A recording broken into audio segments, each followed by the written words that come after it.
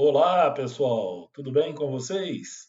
Preparados para mais um bate-papo rapidinho sobre um assunto que vai ser, com certeza, cobrado na sua prova? Naquela prova lá para o tribunal, aquela mesma que vai te dar independência financeira, vai te dar um dinheirinho, vai deixar você bem tranquilo. Já pensou? Trabalhando só meio expediente por dia e todo dia primeiro aquele dinheirinho na conta? Nossa, vai ser bom demais, hein?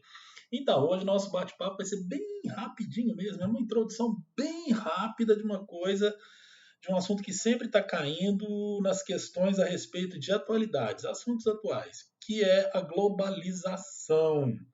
Quando a gente fala de globalização, acho que praticamente todo mundo já tem uma ideia do que seja, né? Então a gente vai fazer hoje uma pequena introdução, depois a gente vai falar mais um pouquinho, e eu queria dizer para vocês que a partir da semana que vem a gente vai colocar algumas questões de todas as disciplinas que a gente conseguir estudar e ver um pouquinho até o final da semana.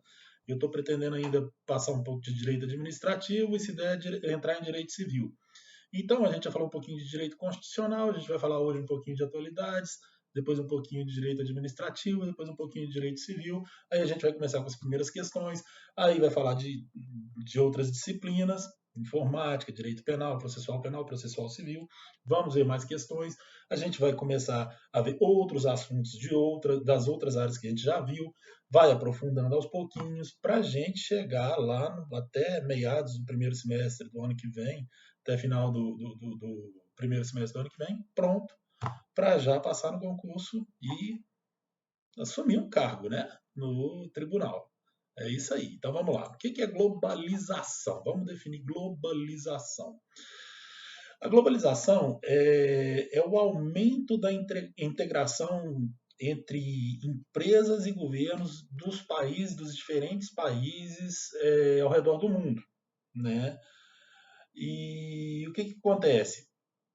Na medida em que acontecimentos vão se interconectando, os aspectos culturais, políticos, econômicos começam a sofrer influência entre países. Um país começa a influenciar o outro, outro começa a ser influenciado.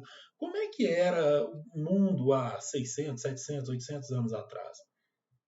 Cada país tinha sua cultura, dificilmente era influenciado por outro. Havia influência quando um país conquistava o outro, né? Como houve com relação à cultura grega, que se espalhou a cultura romana no Império Romano, mas era uma coisa mais de invasão, né? E as culturas eram mantidas, o sistema produtivo era mantido, havia uma certa é, independência cultural, social dos países.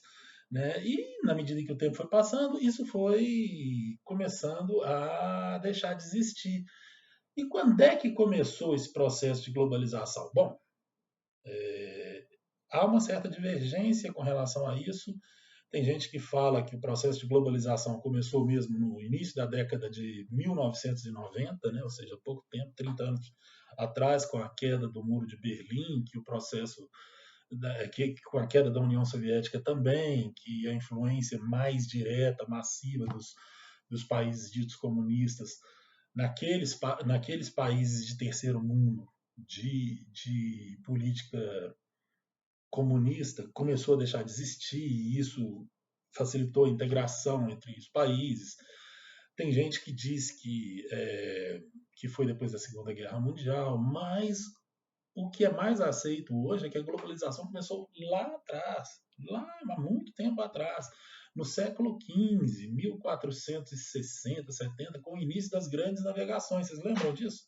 Quando vocês estudaram isso lá atrás, nas grandes descobertas de Portugal, Espanha, depois nesse processo entraram a Inglaterra, França, Holanda. Então, nessa época, os países começaram a trocar mais produtos, a comercializar. Então, esse pode ter sido o início, sim, do processo de globalização. Na medida que o tempo foi passando, já mais ou menos no século XVII, século XVIII, com a Revolução Industrial, esse processo começou a aumentar mais, né? Cada vez mais os países foram se interconectando e o grande boom mesmo se deu com a revolução tecnológica, né? Que começou no século XX, mas se acentuou bastante agora no final do século XX e início do século XXI, principalmente com a evolução das telecomunicações, porque isso fez com que todo o processo produtivo pudesse ser distribuído ao longo dos países. Então, hoje em dia é muito comum você ter um produto que parte é feito num país, parte é feito em outro país. O projeto, o exemplo clássico é do telefone celular, né? O iPhone, por exemplo, é projetado nos Estados Unidos, a maioria das peças é feita e montada na China, outras peças são feitas em outros lugares. O projeto dos telefones Samsung, parte é feita na Coreia do Sul, parte nos Estados Unidos, a cadeia produtiva também, a produção das peças também é feita em diferentes países, mas principalmente na China. Enfim, isso tudo fez, a globalização então fez com que os países se interconectassem mais. E qual a consequência disso? A consequência disso são basicamente três. Primeiro, a diminuição do poder dos Estados nacionais. Os Estados nacionais começam a ter menos poder. Menos poder. Por exemplo, você imagina se um determinado país oferece vantagens financeiras para se instalar uma fábrica de automóveis. É claro que as grandes empresas multinacionais, que têm várias fábricas no mundo inteiro, elas vão optar por se instalar em lugares onde o custo seja menor, o que proporciona um lucro maior. Então é difícil você garantir que aquelas grandes empresas sejam instaladas no seu país sem que você dê a elas algum benefício fiscal, por exemplo, diminuir impostos e tudo mais.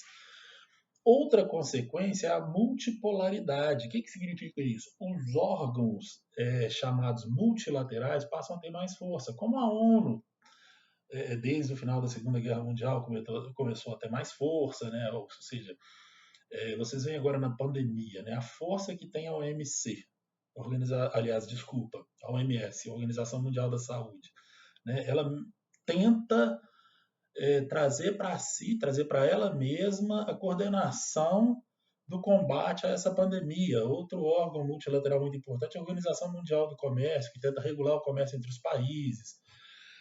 Enfim,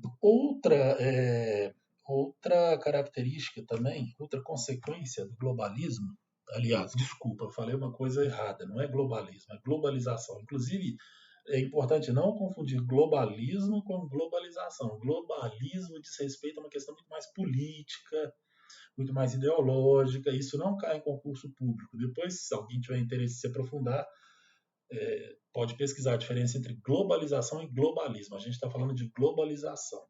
Outra consequência da globalização é a divisão internacional do trabalho. Não a divisão internacional do trabalho que a gente costuma ver quando a gente estuda o processo industrial lá do início do século, cada pessoa é responsável por uma atividade. Não é sobre isso que a gente está falando. Não. É a divisão internacional do trabalho na cadeia produtiva de um modo geral. Então, onde se explora mais o trabalho intelectual, por exemplo? Onde se explora mais o trabalho manual, por exemplo? Esse tipo de divisão passou a existir. Então, países que têm uma mão de obra mais barata começam a oferecer mais trabalho manual.